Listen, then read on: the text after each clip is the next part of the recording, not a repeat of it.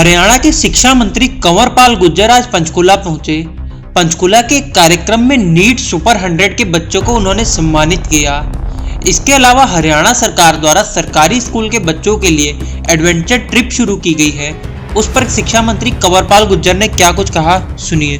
Super 100 के अपने जो विद्यार्थी थे, उन्होंने जो उम्मीदवार थे, उन्होंने अपनी सफलता पाई, उसके लिए क्या कहना चाहेंगे और जो आज का प्रोग्राम था उसके बारे में? देखिए, सुपर 100 जो शुरू किया, पहले नवीन मिश्रा जिसमें काम करते थे, उनकी संस्था इसमें काम कर रही थी। उसके बाद सरकार ने इसे सहयोग दिया और सरकार ने इसको शुरू किया। हमारा मानना यह है कि जो हमारे सरकारी स्कूलों में बच्चे शिक्षा ग्रहण करते हैं तो आर्थिक रूप से थोड़ा कमज़ोर होते हैं अभिभावक, उनके वो इतना पैसे खर्च नहीं कर सकते। हालांकि बच्चे खूब इंटेलिजेंट होते हैं, तो उनको कोचिंग दिलाने के लिए उनके लिए मुश्किल काम है थोड़ा सा। तो हमने ऐसे बच्चों को चुना और उनको बच्चों को कोचिंग देने का काम किया। पिछली बार भी हमारे 26 बच्चे जो थे वो IIT में उनका एडमिशन हुआ था। अब की बार 28 बच्चों का IIT में एडमिशन हुआ। पिछली बार हमारे 72 जो बच्चे थे वो नीट जो उन्होंने क्लियर कर था। अब की बार 62 बच्चों ने किया। और अब की बार हमारे जो MBBS में एडमिशन हुए वो भी 26 बच्चों का एडमिशन जो है वो MBBS में हो रहा। और उनमें 6 बच्चे जो हैं वो हमारे एम्स में उनका एडमिशन होने लग गया। सर, सार्थक स्कूल की बात की जाती है। सार्थक स्कूल हरियाणा में अच्छे माने जाते हैं, तो सरकार की कुछ और योजना है सार्थक स्कूलों को बढ़ाने की? देखिए, जो अभी संस्कृति मॉडल स्कूल जो हमने खोले वो पहले 22 थे और अब हमने 114 स्कूल और खोले। वो ठीक से स्थापित हो जाएंगे तो उसके बाद विचार करेंगे। लोग कहते हैं कि लोगों का मानना यह है कि सार्थक स्कूल या संस्कृति स्कूल में जो दाखिले होते हैं वो सिफारिश पे होते हैं। नहीं, इनको ऑनलाइन क्यों नहीं कर देते आप लोग? बिल्कुल कोई सिफारिश भी नहीं होता और कोई भी आपके पास आया भी नहीं होगा कोई कि कहने के लिए मेरा एडमिशन कर, क्योंकि सबको पता है कि वहाँ मेरिट पे एडमिशन होते हैं और वहाँ कोई सिफारिश नहीं होती। मौसम का मिजाज बदल गया है। मौसम में ठंडक बढ़ चुकी है और स्कूलों की छुट्टियां अभी नहीं हुई हैं। हरियाणा में स्कूलों की छुट्टियां कब से होंगी? जब हमारे संवाददाता ने सवाल शिक्षा मंत्री से किया तो इस सवाल से शिक्षा मंत्री बचते नजर आए। नहीं होती। ठंड बढ़ गई है और बगल में चंडीगढ़ में स्कूलों ने आज से छुट्टियां कर दी हैं, तो हरियाणा भी कुछ सोच रहे हैं इसके ऊपर? इसके बारे में विचार करेंगे। बीती 23 नवंबर को हरियाणा सरकार ने एक फैसला लिया था जिसमें 560 करोड़ रुपए की लागत से लगभग 5 लाख टैबलेट 11वीं और 12वीं कक्षा के विद्यार्थियों को दिए जाने थे।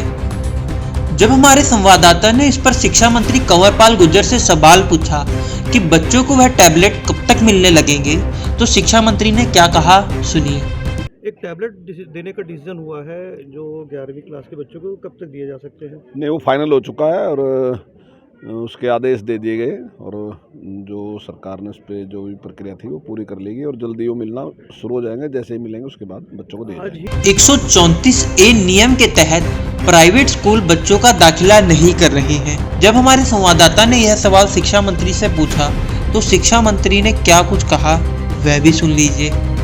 एक प्राइवेट स्कूल ने फैसला किया है 134A के तहत जो अस्थायी मान्यता प्राप्त स्कूल थे उनके बच्चों को दाखिला नहीं देंगे। नहीं, देखिए, 134A के तहत जो भी है वो कोर्ट का आदेश है और जो भी जितने बच्चों का एडमिशन जिनको देना वो देना ही जरूरी है, देंगे निश्चित तौर से। फिर आपने बच्चों की बात की है तो शिक्षकों की मैं बात करूँ तो वोकेशनल टीचर्स के जो है धरने भी चल रहे हैं। उनकी मांग है कि समान काम समान वेतन हो, हमारे सरकारी नौकरी का जो है दर्जा दिया जाए। नहीं, देखिए, समान काम समान वेतन वो कॉन्ट्रैक्ट पे है जी। हमने किसी काम को किसी भी कॉन्ट्रैक्टर को सौंप दिया कि हमें इतना काम कराना है और इतना काम आप करके देंगे, तो एम्प्लॉइज उस कॉन्ट्रैक्टर के हैं, सरकार के नहीं एम्प्लॉइज हैं। एम्प्लॉइज कॉन्ट्रैक्टर के हैं, तो हम तो उस कॉन्ट्रैक्टर को पैसा दे रहे हैं तो उससे पैसा उनको मिलता है। तो ये समान काम समान वेतन वाली जो बात है वो पहले फाइनल था, उनको पता ही था कि इतना वेतन को दिया जाएगा, वो वेतन को दिया जाएगा। विधानसभा सत्र चल रहा है, SSC घोटाले की बात करें, HPSC की बात करें, लगातार धरने प्रदर्शन किए जा रहे हैं। कल विधानसभा के सामने कोई घोटाला नहीं, जो खामी उसमें आई है उसमें कोई घोटाला नहीं। जो भी खामी वहाँ पकड़ी गई है उस अधिकारी के खिलाफ सरकार ने सख्त कार्रवाई की है, उसको बर्खास्त कर दिया, वो आज जेल में है।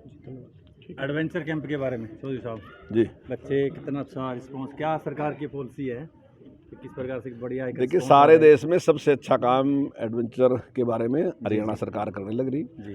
और एक साल में लगभग 6000 बच्चों को इसमें भाग लेने का अवसर मिल रहा। अभी भी जो बच्चे आए, यहाँ 1100 से ज़्यादा बच्चे जो हैं इसमें भाग ले रहे थे, उनका यहाँ पर भी हम कार्यक्रम कर रहे हैं। उसके बाद मनाली भेजने का कार्यक्रम है, केरल भेजने का भी कार्यक्रम है और गुजरात में जो फॉरेस्ट है वहाँ के भी उनके कार्यक्रम हैं। तो एक अच्छा उनको